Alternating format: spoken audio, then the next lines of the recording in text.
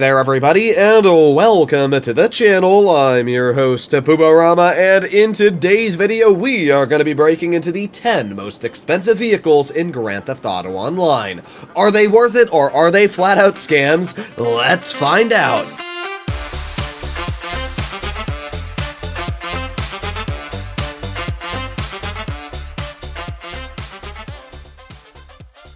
Starting off is the vehicle we're actually going to be using for transportation today, the Oppressor Mark II, a flying jet-powered motorcycle with a speed boost and rockets. Now, the Oppressor Mark II is absolutely fantastic, and when it comes to are all of these vehicles scams? No, because the Oppressor itself is already a steal of a vehicle. The Oppressor is fast. It goes at a top speed of 130 miles per hour while you're flying it. We can see that right here, 129. It's a pretty fast vehicle, which allows you to very easily evade very fast planes that might be trying to chase you down. You can maneuver past them. You have flares, which means you can even missile them and stop the missiles from hitting you. The Oppressor is amazing for self-defense. It's amazing for getting from point A to point B, and it can hover. I mean, the Oppressor Mark II can literally do everything. The only problem is the price tag. To buy this vehicle, you need $3.8 million. Not only do you need $3.8 million to buy it, but then you also need to own the terabyte to upgrade it, which is probably going to cost you another $2 million there, and then you also need to upgrade this vehicle, which is going to cost you another 500 grand. This vehicle is easily going to set you back $6 million. In shark card terms, that's about $100 worth of shark cards, and Cayo Perico Heist, it's going to take you about 5 to 6 Cayo Perico Heists to get your hands on this vehicle fully upgraded. That is absolutely insane when you think about it, and yeah, this vehicle is not lying when it comes to price tag. Now, the next vehicles we have are mainly flying vehicles. It just seems that Rockstar really likes to make flying vehicles expensive.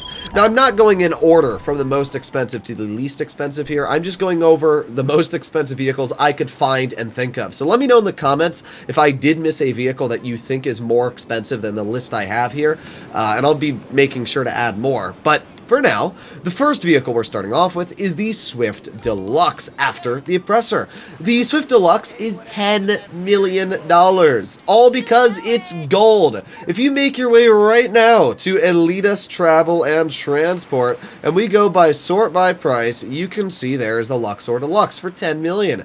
And if you keep scrolling down, you'll find the Luxor for $1.625 million. And even more ironic than that, if you keep scrolling down, you'll find the Shamal, which is the exact same as the Luxor and the Luxor Deluxe. It's just white.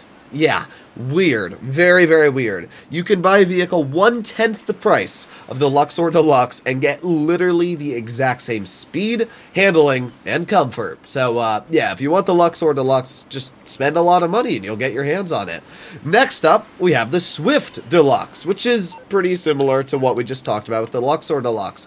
Make your way down to Transport and Travel, and you will notice that the Swift Deluxe comes in at a price tag of $5.15 million, where the normal Swift comes in at a price tag of $1.5 million. So, yeah, you're spending a lot of extra money to get a gold helicopter. I can see all these people taking a look at my expensive planes over here. But yeah, these two vehicles here are some of the biggest scams in GTA. Absolute waste of money. Unless you have billions of dollars to throw away, I would never, ever suggest to get the Swift Deluxe or the Lux or the Deluxe, just because you're literally spending $15 million on a plane and a helicopter you could get combined without the gold tint for about $3 million. Yeah. Next up, we have another extremely expensive plane, this one being the Laser. The Laser comes in at a price tag of $6.5 million. Yeah, that's not a cheap vehicle. The reason the Laser is so expensive is because it's a vehicle that everybody's always wanted to be able to store in their garage. And Rockstar said, you know what? Fine, you can store the Laser in your hangar, you can have it, but you gotta pay an extremely hefty price tag of $6.5 million.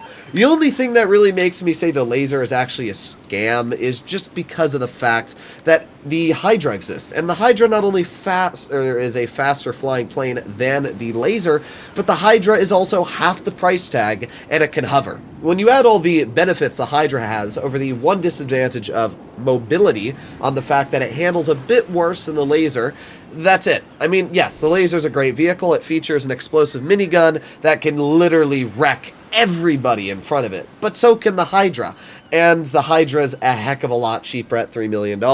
That's the major problem with a lot of these vehicles in GTA Online, is there's better vehicles for a lot cheaper, the price tag. Next up, oh boy, we've got an absolute waste of a vehicle, being the Bombushka. The Bombushka it's a cool looking plane. I mean, when it was added into the game, it was, oh god, okay, we got in the air, we may have taken out a street bull, but we got in the air. But the Bombushka it's a cool looking plane. I mean, it's just slow. That's the real problem. The Bombushka is about $6 million to purchase, and to upgrade it, you're going to drop at least another $1 million on it, so it's probably going to be about $7 million in total to get your hands on. And I just don't understand the point of the Bombushka. I mean, sure, you can drop a lot of bombs. Oh boy, yeah, I'm dropping bombs, but I can do that in my Rogue as well. And that's it. I mean, sure, you get some little machine guns on the top, and you get some explosive cannons on the bottom, but that's nothing the next vehicle we're going to talk about can't do, being the Avenger. So, yeah, I really think that the Bombushka is by far one of the biggest waste of money in the game. Out of all the vehicles we've talked about so far, the Bombushka is pretty pointless just because of... Well, as I was saying, oh, there goes the Bombushka. But yeah, the Bombushka, out of all the vehicles we've talked about so far, is a pretty massive waste. I would even say it's up there next to the Swift Deluxe, just because of the fact it's completely pointless. Now, this vehicle is definitely an absolute buy. This is the Avenger. Now, the Avenger is amazing for a couple reasons. First of all, it can hover. There are almost no vehicles in the game that you can put in a hover mode as a single-player pilot and then just let it hover. That is something that you can do in the Avenger. So I can take it off in the air, and then I can go into my interaction menu and actually allow my Avenger to just go into hover mode, which is absolutely amazing. You can see that right there. So that's the first thing that I absolutely love about the Avenger.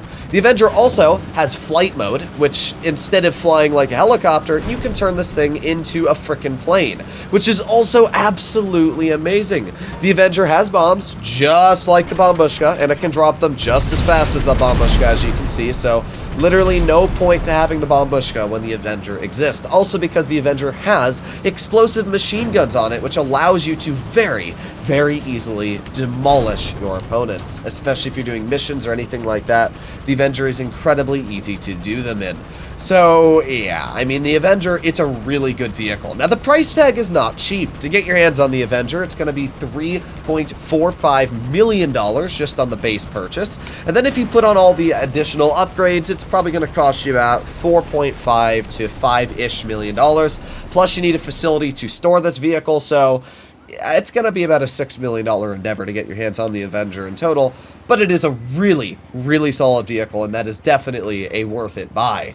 Next up, we have a definitely not worth it buy, being the Ruiner 2000. The Ruiner 2000 is a fast muscle car, and it's a cool looking muscle car. It's got pop-up headlights, and it can jump, and it's got a parachute. I mean, all these things are really cool. And this vehicle's parachute is really, really impressive. You can jump off from the top of Mount Chiliad and actually make it across the map with just the parachute, which is absolutely insane. You can also get a little bit of a jump height boost if you reverse the vehicle like I just did there.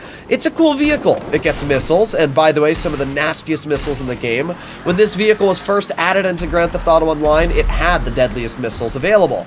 The problem is, it got outdated, and it got outdated very, very quick. The Ruiner 2000 comes in at a price tag of, if I'm not mistaken, ridiculous $5.1 million, something like that. It's over $5 million, which is crazy. I actually want to double check so I don't get this wrong, but the Ruiner comes in at $5.7 million. I mean, that is absolutely insane. The Ruiner has a limited amount of missiles you can shoot, and it cannot survive any explosions. The problem with this vehicle is that when it came out, it was amazing. It was the only vehicle like it that could do the jumping, that could have the parachute, that could have the missiles.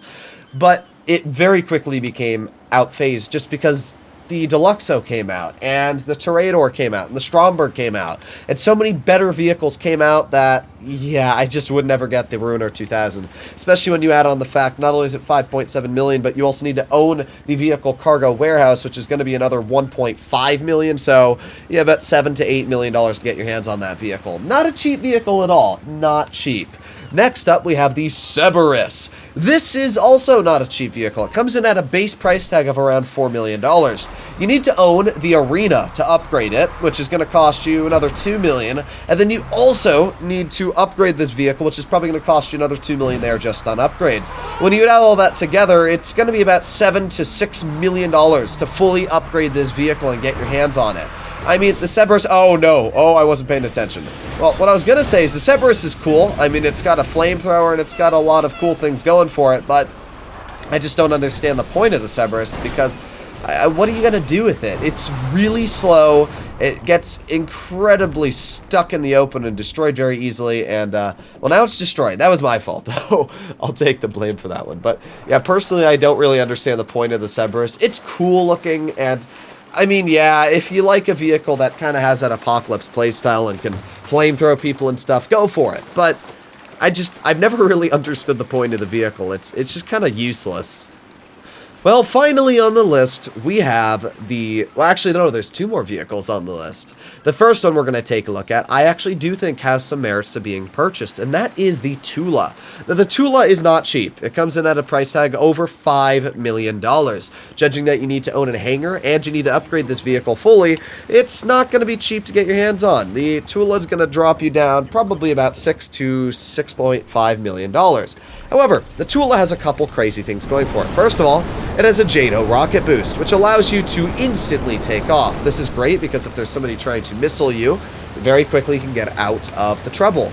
The Tula can hover. How many planes can hover in the game? Not a lot. You've got the Avenger, and you've got the Deluxo, you've got the Oppressor. There's not a lot of vehicles that can hover.